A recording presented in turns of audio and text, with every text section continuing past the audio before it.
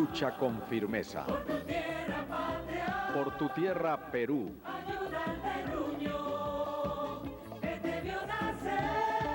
Costa, sierra y selva, unidos.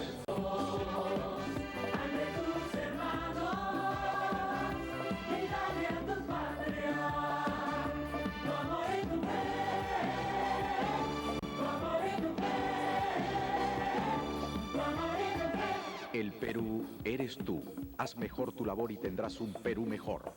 Lucha con firmeza para conservarla, con fe en el futuro, en tu porvenir, en tu porvenir,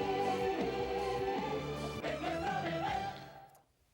Hola, ¿qué tal amigos? ¿Cómo están? Muy buenas noches. Bienvenidos hoy viernes a Habla el Pueblo, como siempre un programa que ha sido dedicado y pensado para el mejor análisis y que usted lo pueda tener en casa. Empezamos bien informados. Las noticias las trae Yanina. Yani, bienvenida, buenas noches. ¿Qué tal? Muy buenas noches. Así es, a continuación vamos a conocer rápidamente la relación de las principales noticias de hoy. El congresista fujimorista Juan José Díaz Dios renunció a la bancada de Fuerza Popular tras publicarse documentos que confirmarían la denuncia que interpuso su esposa por agresión. Sin embargo, el parlamentario aseguró que no agredió a su esposa y que todo lo aclarará ante las autoridades competentes. Un reporte de la Superintendencia de Banca, Seguros y AFP confirmaría que el Partido Nacionalista administró más de 17 millones de soles en sus cuentas bancarias entre mayo del 2010 y mayo del 2011. Según Ilan Heredia, hermano de la primera dama Nadine Heredia, él no era tesorero del partido cuando se manejó este dinero. Congresistas de oposición presentaron una moción de interpelación contra el ministro de Justicia Gustavo Adrianzen, tras ser acusado por la supuesta censura contra los procuradores que pretendan dar declaraciones públicas sobre determinados temas. Para los legisladores se trata de un atentado contra la transparencia. El Contralor General Fuad Curi aseguró que tras haber denunciado a más de 7.300 funcionarios públicos por corrupción en los últimos 6 años, solo 33 permanecen en la cárcel, mientras que otros 527 que fueron considerados culpables gozan de libertad, lo que calificó como actos de impunidad que incrementan la corrupción. El exentrenador de fútbol y exalcalde de San Martín de Porres, Freddy Ternero, falleció hoy a los 53 años de edad tras padecer una penosa enfermedad. Ternero es recordado por su exitosa campaña al frente del Cienciano del Cusco, equipo que consiguió el campeonato de la Copa Sudamericana y la Recopa Sudamericana. Esas fueron nuestras noticias. Adelante, Pepe. Yani, muchísimas gracias. Ayer con algunos miembros del panel resaltábamos el trabajo que ha hecho una parlamentaria en una comisión investigadora. La congresista Marisol Pérez Tello presidió la comisión Belaún del Ocio, ya sustentada y aprobada en el Pleno del Congreso, y nos parece que después de mucho tiempo en una comisión investigadora se hizo un trabajo bastante serio. Así es que hoy estamos en contacto con la congresista Marisol Pérez Tello. Congresista, bienvenida al programa. Buenas noches. ¿Cómo está, señor Rocha? Buenas noches. Congresista, este trabajo le ha costado una denuncia, empiezo por ahí. ¿Cómo va el tema de la denuncia que le interpuso la primera dama? Bueno, yo ya absolví la denuncia. En realidad es una denuncia que no tiene fundamento jurídico, pero a mí me parece lícito que se investigue todo lo que tenga que investigar. Se refiere a los temas de la filtración de información que yo misma he denunciado y criticado tanto.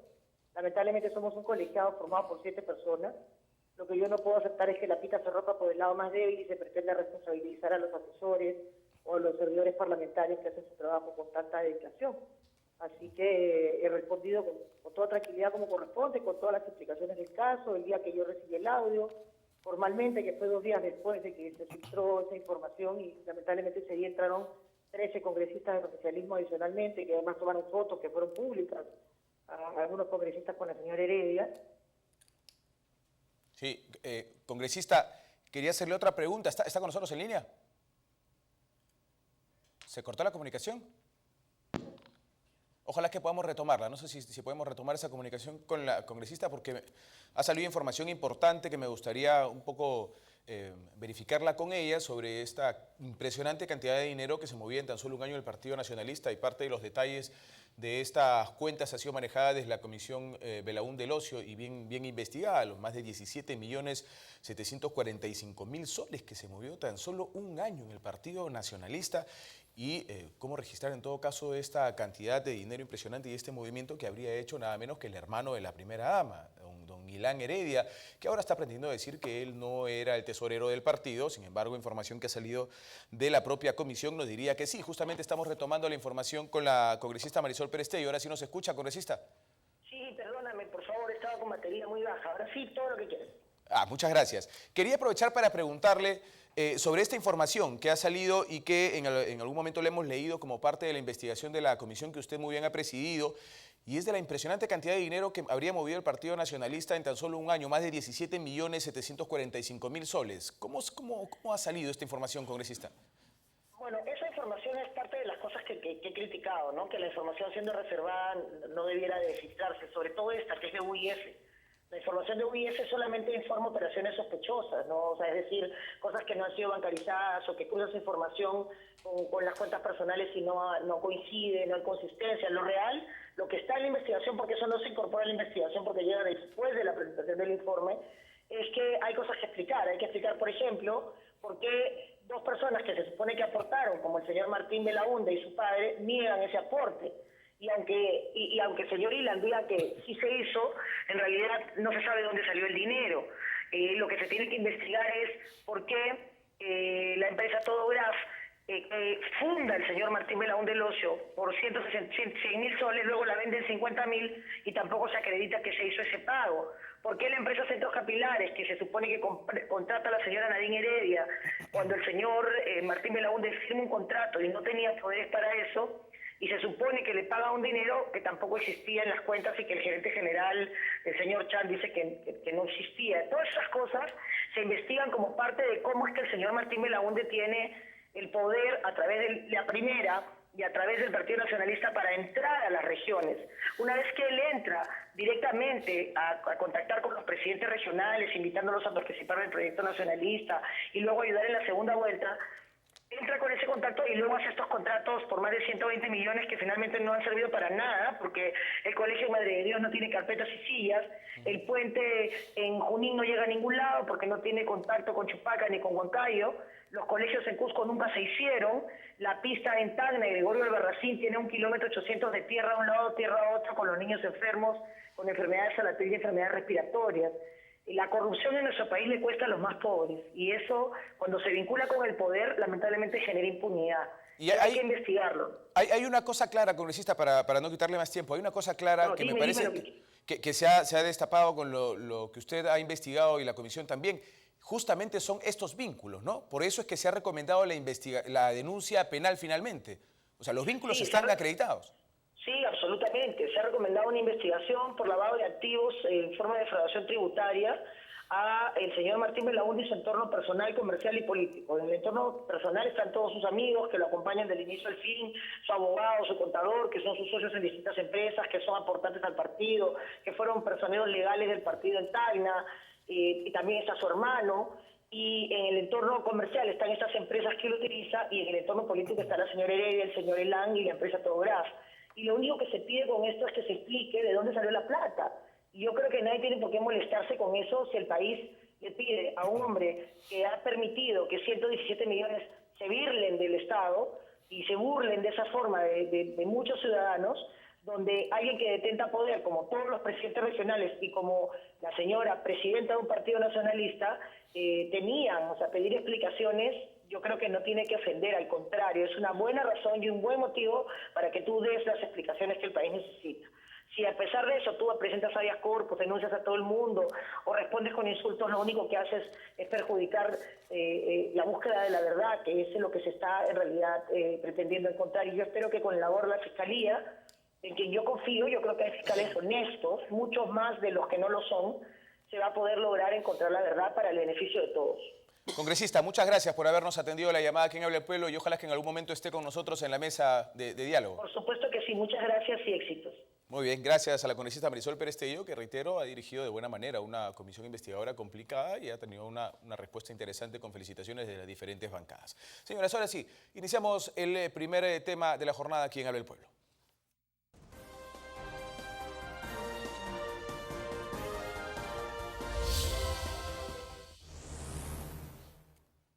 Reformas electorales pendientes. Ayer conversábamos y nos ponía el doctor Vargas Saya en la mesa un balón que me parece interesante y hoy lo discutiremos con nuestros panelistas. El tema de la lista única o el voto preferencial, para ir empezando con algunas de las reformas que parece se necesitan en nuestra vida política. Empezamos con el doctor Raúl Chanamé Orbe, ex decano del Colegio de Abogados de Lima. Bienvenido, doctor. Muy buenas noches, Pepe. Un gusto estar contigo esta noche. Es sin duda, los partidos políticos son los baluartes, son las correas de transmisión de la democracia. Si los partidos políticos no se manejan democráticamente, la democracia se vuelve anémica.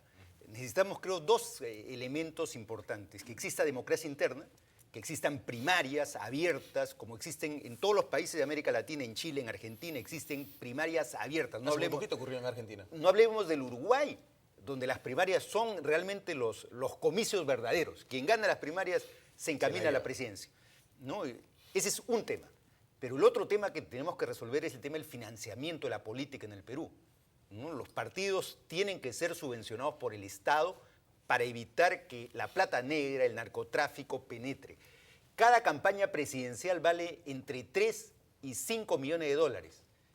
Entonces estamos hablando de una campaña donde se presentan 20 listas, estamos hablando de 30, 50 millones de dólares que circula y nunca se ha podido justificar en las campañas. Creo que se está quedando chiquito con la cifra, doctora. Seguramente es mucho más, pero incluso el partido de gobierno no ha podido justificar sus gastos ante la OMPE. El partido de gobierno, no estamos hablando de los que perdieron. Y entonces creo que eso no hace transparente la democracia y eso es un tema en el cual hay que incidir. Claro, si solamente de un año de campaña se habla de un manejo de 17 millones de soles por parte del Partido Nacionalista, es una barbaridad. Doctor Carlos Santander, ¿lista única o voto preferencial? En primer lugar, muchas gracias por la invitación, Pepe. Mira, el tema es mucho más complejo por cuenta de que va a depender, bueno, los países van optando en función de sus propias necesidades, ¿no? En el caso, por ejemplo, de Perú, la lista abierta, el voto preferencial ha demostrado muchas deficiencias. Primero por el costo, ¿no?, de las campañas electorales. O sea, se incrementa el costo de la campaña electoral por cuenta de que se multiplica por el número de los congresistas que disputan elecciones. Por lo tanto, inclusive muchas campañas al Congreso podrían hasta superar una campaña de un candidato a la presidencia.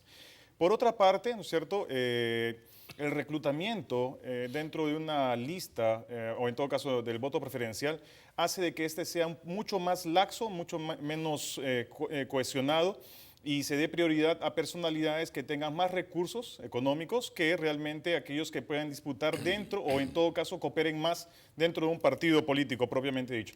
Y dos efectos específicamente, ¿no?, en la lista, el voto preferencial. Primero, la disciplina dentro del Congreso tiene también reflejos en función de la lista abierta o de la lista cerrada, o del voto preferencial o de la lista cerrada. Es decir, los congresistas que son electos por el voto preferencial generalmente son menos disciplinados, son menos fieles al partido por cuenta de que ellos se arrogan para sí, ¿cierto?, el mandato, dado que supuestamente ellos fueron elegidos por sus propias virtudes, ¿no? Y en todo caso, un otro efecto tiene que ver también con el comportamiento del parlamentario. En una lista de voto preferencial, el parlamentario tiene menos vínculo con el elector. En una lista cerrada, ¿no es cierto?, el parlamentario se ocupa más por trabajar por el partido que por el ciudadano. Es una hipótesis interesante, doctor Vargas Saya. Este es un tema muy complejo. Yo dudo que este Parlamento, el Congreso actual, apruebe las modificaciones, las reformas o las reformas indispensables. Por ejemplo, me hubiera gustado, yo estoy seguro que no va a ser aprobado la eliminación del voto preferencial y muchas otras cosas más. Pero se había sugerido en algún momento, y yo soy personalmente partidario de esta reforma, que la votación para el Parlamento, para los miembros del Congreso, sea en elección diferida. Elección diferida, es decir, que no se realice en el mismo acto electoral junto con el presidente de la República, tal como se estila también en todos los parlamentos democráticos del mundo. En Francia, por ejemplo. No solo en Suecia, en Argentina, en Estados Unidos, en Uruguay, en todo. Donde se establece una división de poderes. Claro que sí, porque precisamente la división de poderes, el equilibrio de poderes, la división de poderes y la independencia de los poderes se garantiza con las elecciones diferidas, porque si no son diferidas, el presidente de la República va a decir ahora en las elecciones, va con los congresistas jalados del saco y es decir, es una cosa realmente... Y termino señalando que esa reforma, por ejemplo, no necesita reforma constitucional. El artículo 90 de la Constitución dice sencillamente que los parlamentarios serán elegidos en elecciones generales de conformidad con la ley. ¿Cuál es la ley? La ley orgánica. Claro, modificatoria de ley nada más. Sí, nada más. No se necesita reforma constitucional. Yo le hago una pregunta de algo que salió ayer en el debate, doctor Chanamé. ¿El tema del voto preferencial es antidemocrático para usted? A ver, si los partidos son democráticos, prescindamos del voto preferencial, porque los partidos se supone que tienen democracia interna. Eso existía en los años 50 y 60, cuando los partidos eran programáticos e ideológicos. Creo que eso era muy importante, porque había una militancia y una adscripción ideológica a un determinado programa. El día de hoy ningún partido tiene programa, ninguno, porque hoy día la socialdemocracia no se diferencia con el socialcristianismo, algunos liberales no se diferencian de los izquierdistas, entonces hemos perdido los referentes ideológicos. Y eso también es muy peligroso. Yo creo que los partidos deberían volver a identificar opciones sociales. Quien es de izquierda debería proponer pues, una plataforma de izquierda. Quien es liberal debería proponer una plataforma de mercado. Ahora van de acuerdo a la corriente. De acuerdo a la corriente, pasan de un lado al otro. Es por eso que un candidato puede ir por el partido A, por el partido B o por el partido C, indiferente a la marca. Porque los partidos no tienen programa. Cambio de camiseta de manera impresionante. Por eso, el transfugismo se basa en eso. ¿Qué diferencia hay entre el partido A y el partido B en el Perú? Ninguna. Ninguna. Entonces, yo creo que eso forma parte de la crisis, ¿no? Y entonces, en ese momento, los partidos ideológicos eran importantes. El día de hoy carecemos de esos partidos. Razón por la cual el voto preferencial vino a crear figuras en los años 80, Javier Descanseco, Hugo Blanco, en el propio partido aprista surgieron los evangélicos, qué sé yo. Pero eso dinamizó la democracia y le dio un campanazo a los partidos para que se democraticen. El preferencial. El preferencial. Lamentablemente los partidos no se democratizaron y el voto preferencial ha terminado en lo que el amigo Santander señalaba, en la crisis y en el abuso del voto preferencial, que se ha convertido más bien, existían los grandes caudillos. Ahora existen los mini caudillos, cientos de mini devaluando la política, ¿no? supuesto. Sobre todo, ¿no? Claro, devaluando los principios de la democracia. ¿Qué pasa con aquellos que dicen, ¿cómo me van a quitar el voto preferencial si es lo único que me permite a mí decidir si es que en una lista parlamentaria yo no voy a votar por aquel que me puso la cúpula, sino por aquel que esté en el puesto 120? Pero claro, o sea, yo creo que la democracia interna resuelve eso. O sea, es decir, tanto en la lista preferencial como en la lista cerrada. Porque tampoco la lista cerrada en sí resuelve el problema, porque el problema de quienes votan por una lista, por un voto preferencial, simplemente esos problemas, esos vicios, ¿no?, que existen pueden trasladarse en el ámbito interno dentro de los partidos políticos y no necesariamente reflejándose la voluntad, ¿no?, de la ciudadanía, o en todo caso, o sea, si se piensa, por ejemplo, en elecciones primarias, o sea, se pueden crear una serie de trampas para justamente colocar pues, en un orden que no corresponda a la satisfacción, ¿no?, de la ciudadanía o de sus militantes. Entonces, la democracia interna sin duda es el mejor antídoto en los dos casos, ya que la democracia interna de alguna otra forma va a validar, ¿no?, a los candidatos. Pero en todo caso yo soy más favorable, ¿no?, a la lista cerrada, por cuenta de que, porque sin duda fortalece al partido como institución, porque no hay que olvidar que el mandato del representante está asociado al partido y no al candidato que es electo. Entonces, El candidato no es dueño de la curul. el candidato no es dueño de la curul y eso tiene implicancias justamente, como le decía, en el comportamiento del parlamentario, porque si él quiere hacer transfugismo, entonces inmediatamente tiene que ser pues, desaforado y el mandato ser restituido en el daño moral, por decirlo, ¿no es cierto?, dado pues, el resultado que el tránsfuga le ha provocado, ¿no?, a un partido que ha hecho pues toda una inversión, tiene toda una serie de discusiones de carácter ideológico, programático, entre otras tantas funciones, ¿no?, que tiene un partido Eso propiamente también dicho. tendría que venir de una modificación de la ley, porque no hay la pérdida de la curul, digamos, que es más o Claro, menos lo que usted exacto. plantea. Todo eso tiene implicancias, ¿no? En el sentido de que la lista, el voto preferencial o la lista cerrada tiene implicancias también en la dinámica de cómo funciona el Congreso. Doctor Vargas Aya, hablamos, creo que ustedes han coincidido en que la democracia interna es clave en todo esto, ¿no es cierto? En elecciones internas de los partidos políticos o elecciones primarias. Sí. La actual ley habla de elecciones primarias y de una obligatoriedad. Lo que pasa es que echa la ley, echa la trampa en nuestro caso. ¿Cómo deberían darse estas elecciones internas para que no se den estas trampas? Mire, aquí este es un aspecto sumamente trascendental. Recogiendo la preocupación del doctor Senamé respecto de la estructuración de los partidos políticos, que no existe en estos momentos, yo creo que la estructuración, un camino para lograr la estructuración de los partidos políticos sería precisamente las elecciones internas.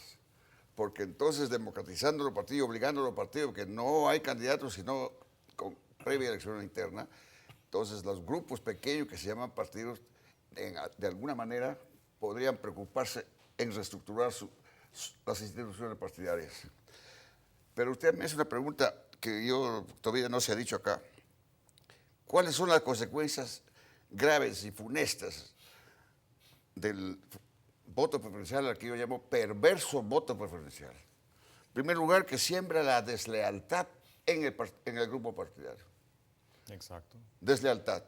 Porque entonces ya no pelean por el partido, sino entre ellos. A mí me consta, yo estoy hablando quizás por la herida. Experiencia de causa. Por la experiencia de causa, sí. Claro. A mí no me afectó el voto preferencial por razones X, ¿no? Claro. Personales, pero he visto correr debajo de los puentes mucha porquería. El voto preferencial fabrica la deslealtad entre los partidos, desune a los partidos, fabrica la corrupción.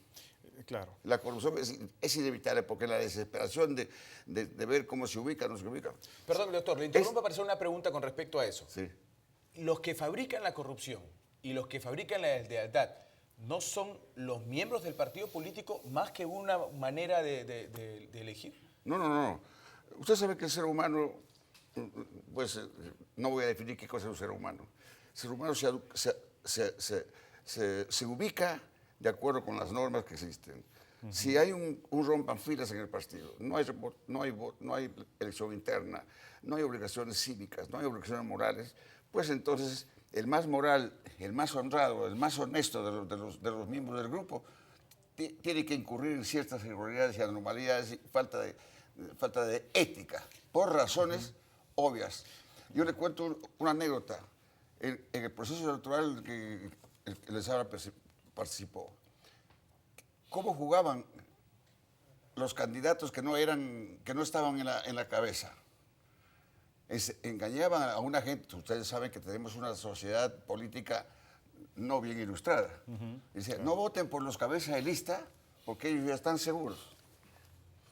Y con eso le disminuían y trataban de bajarle la cabeza a los de la cabeza. Entonces, jugadas como esas y muchas otras más. Y el voto preferencial, y además, termino con esta parte, es antidemocrático. No se ha dicho también en esta mesa, no sé si el doctor me dará razón o no, y usted también. Sí, claro. Es antidemocrático, ¿por qué? Porque se ha probado estadísticamente que en todos los procesos electorales del 80 acá, que el voto preferencial solo es utilizado por un máximo del 10% a lo más 12%. Quiere decir entonces que si todos los ciudadanos votan por el 100%, por la lista completa, es decir, 4 o 5 personas bien aceitadas modifican todo el criterio democrático de la mayoría. Por eso es antidemocrático. Muy bien. ¿Qué piensa usted, doctor? Claro, lo que ocurre es que en el sistema político peruano, el sistema es caudillista, o sea, la democracia es una democracia plebiscitaria. Y es por eso que la propuesta del doctor Vargas Aya debería ser tomada en cuenta para una reforma integral del sistema electoral. ¿Qué significa separar las elecciones presidenciales de las elecciones parlamentarias? Porque hay un voto de arrastre. Quien vota en el 80% de los casos, quien vota por el presidente A, sin conocer a la lista parlamentaria, vota Así es. por la lista parlamentaria Sin saber A, quién es. Sin saber quién saber es. quién Y es. sin usar el preferencial. Porque el preferencial solo lo usa entre el 10 y el 15%, una minoría. Construye las ubicaciones electorales. Entonces, esa es una reforma importantísima. ¿Por qué? Porque eso permite un balance adecuado, que el elector, el ciudadano, sepa diferenciar entre elegir al presidente y elegir al Parlamento. Claro. Un Parlamento que pueda fiscalizar y controlar al Ejecutivo y no hacer tabla rasa y elegir un Ejecutivo y un Parlamento del mismo signo. Un apéndice. Un apéndice, ¿no? Y entonces eso desnaturaliza la democracia. Vamos con un informe que ha preparado Juan José del Castillo y regresamos con los miembros del panel. Adelante con esto. A partir de la reforma electoral, podríamos dejar de elegir a los congresistas por voto preferencial y elegirlos a través de lista única. Sin embargo, ¿los ciudadanos conocen la diferencia? No, la verdad que no. No lo entiendo. No sé cuál es la diferencia. Claro que sí. A ver, para empezar, creo que sería conveniente que cada ciudadano elija a los congresistas, ¿no? Que no sea simplemente por mayoría de votos dentro de un partido político, ¿no? Sería para mí lo ideal. No lo han explicado, o al menos no tengo información. Bueno, el voto preferencial entiendo yo es cuando tú tienes la opción de elegir bajo un sistema de lista, pero la lista única es que ya no puedes escoger a alguien que tú quieras realmente elegir, ¿no? No entiendo tampoco, no sé a qué se refiere ambos. Por supuesto, la lista única es un conjunto preferencial cuando uno evidencia la preferencia por alguien en particular. Sí, conozco la diferencia. El voto preferencial es cuando el elector elige a lo que el partido propone. Y lista única es cuando se vota por el partido y el partido elige a quiénes van a ser los candidatos. Preferencial es que, por ejemplo, lo designa la persona. Una vez que está designado, pues representa pues, a su partido también. En materia electoral el voto no debe ser preferencial, debe ser por escalafón partidario, porque por escalafón partidario significa no organizar el partido. Sí, yo prefiero mejor el voto preferencial que la lista única porque se presta que los partidos puedan de una u otra manera poner a determinadas personas dentro de la lista única y creo que el voto preferencial debería de subsistir. Muy bien, lista única o lista cerrada, le dicen algunos, ¿no? Hay una gran cantidad de personas que saben lo que es, bueno, desde el 80 venimos votando así, hay otros que no tienen la menor idea de qué se trata también. Esto forma parte de la cultura, poca cultura política que tenemos muchos peruanos, ¿no? Mira, sabes que el voto preferencial, como lo decía el doctor Vargas, genera un problema, es decir, no solamente hay un conflicto entre las candidaturas presidenciales, ¿no?, por conquistar el voto, sino que eso también se multiplica por cientos o miles de peleas dentro de del propio partido por capturar el voto preferencial, pero también a la vez contra los adversarios. Entonces es una multiplicación de peleas que produce justamente la invisibilización del debate programático.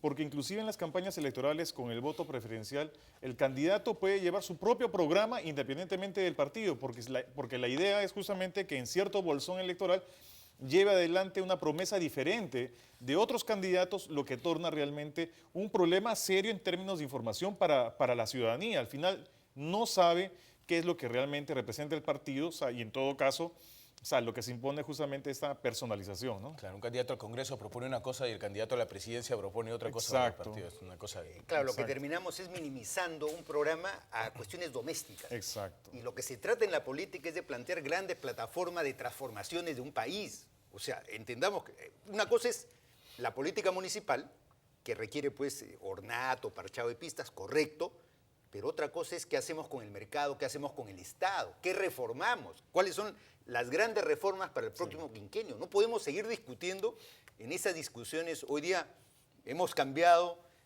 a Maquiavelo, a la política, por el Código Penal, ¿no? Y esa discusión desnaturaliza la vida pública. El Código Penal tiene su curso, pero en la política necesitamos organizar la agenda del año 2016. ¿Y qué pasa si el elector dice, oye, a mí me encanta esa lista, pero yo quiero, a mí me parece que el que esté en el número 30, ese debería ser parlamentario, porque me parece un tipo súper capaz. El número 3, yo no creo que debería ser el candidato, el congresista adecuado.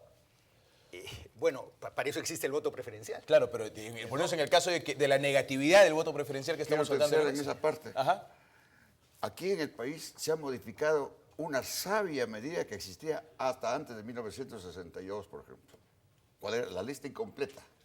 La lista incompleta llena ese vacío que a usted le preocupa. Ajá. Porque resulta que si un departamento tiene, por ejemplo, 7 diputados, ¿no? O 7 congresistas, lo que sea, no se vota por 7, sino por 6. Claro. O por 5. Esos 2 son los posibles candidatos para cubrir el sector de la minoría. ¿Cómo se cubre el sector de la minoría? Entre las 4, 5, 6 o 7 listas, esos 2 últimos que no están se recogen de los más votados entre las 7 listas. Así existía durante mucho tiempo, ha sido democrático.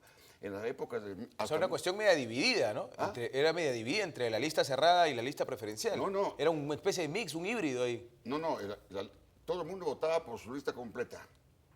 Su lista completa. Menos 2 o menos 1, según los casos. Pero como había varias listas y había oportunidad, el votante tenía libertad para llenar la lista con alguno de esos que usted dice que le gustaba de otra lista. Y lo ponía con su puño y letra. Lo ponía. Entonces, de ese modo, se daba opción a las minorías por ese sistema. Ok. Sí. Era una especie de combinación. Ahora, quiero completar que esta votación diferida debe complementarse con la modificación por tercios o mitades. También, porque tampoco puede estar por... Sería bueno que se explique, porque el ciudadano, como hemos visto en la encuesta, no tiene conocimiento del sistema electoral. O sea, el sistema electoral es, entre comillas, para los políticos. Y así no funciona una democracia. Es cierto, es cierto. El sistema electoral es para todos los ciudadanos. Es cierto. Doctor Charme, siempre es un gusto tenerlo con nosotros en la mesa. Muchas gracias. Muy amable. Señores, vamos a un corte y regresamos con más aquí en Habla del Pueblo. Entonces, ya es otro tema, ¿eh? Sí, ahorita vamos ya con el siguiente... Sí. ¿Qué pasó? Lee mi libro. No, vamos. ¿Qué pasó? 11:04.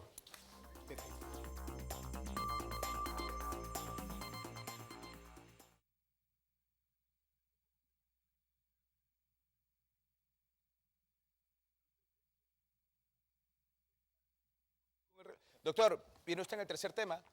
¿Está usted en el tercer bloque? Sí, no se nos vaya todavía. Entra Julián y en el tercer bloque usted reingresa. ¿Qué? ¿Qué fue? ¿No estábamos con el corte encima? Ah, ya. Ya. Quedó claro, ¿no? Sí, quedó claro. Terror en las calles por las granadas, viene ahorita. A ti que te encanta ese tema, fabuloso. Gracias, Jenny.